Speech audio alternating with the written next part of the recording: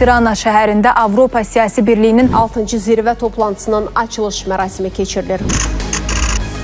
Prezident İlham Əliyevin də iştirak etdiyi toplantı ilə bağlı В этом важном мероприятии принимает участие и президент Azərbaycana İlham Əliyev. İndi Albaniyaya ezam olunan xüsusi müxbirimiz. Bugünkü samitin əsas devizi yeni dünyada yeni Avropa Birlik əməkdaşlıq və birgə fəaliyyətdir. Azərbaycan və Ermənistan arasında danışıqlar aparıldı ki, bu danışıqların nəticəsi olaraq Ermənistan Azərbaycanın ərazi bütövlüyünü tanıdı.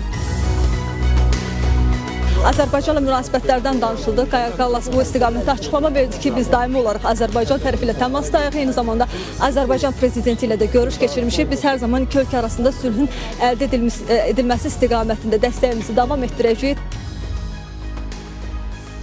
Avropa Siyasi Birliyi artıq nüfuzlu bir prosesə çevrilib və Avropa üçün həlli labid olan məsələlərin müzakirəsi və həll yollarının tapılması istiqamətində mühüm addımlar atmaqda israrlıdır. Və bugün əslində Azərbaycanın o masada olması həm də Avropanın təhlükəsizliyində Azərbaycanın necə bir rola malik olduğunu göstərmiş olur. Более того, все больше европейских стран обращаются к Азербайджану с просьбой увеличить эти поставки или начать поставки в те страны, которые еще не получают. Now, it's worth bearing in mind the significance of this summit in terms of Azerbaijan-Armenia normalization. Rəcəb Tayyib Ərdoğan Azərbaycan media nümayəndələrini salamlayıb, zirvə toplantısından gözləntilərini açıqlayıb. Azərbaycan prezidenti ilə görüşdünüz, İlham Əliyevlə nə danışdınız?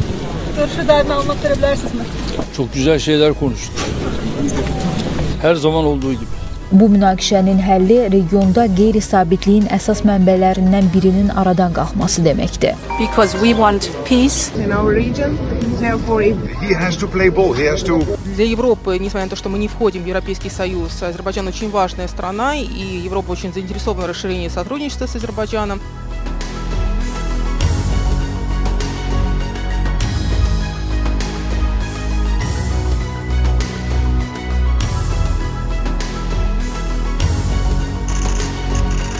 Tiranadan sizə ən son məlumatları çatdırmaqda davam edəcəyik. Son gələn məlumatları hadisə yerindən birbaşa olaraq xəbər mərkəzimizə ötürəcəyik.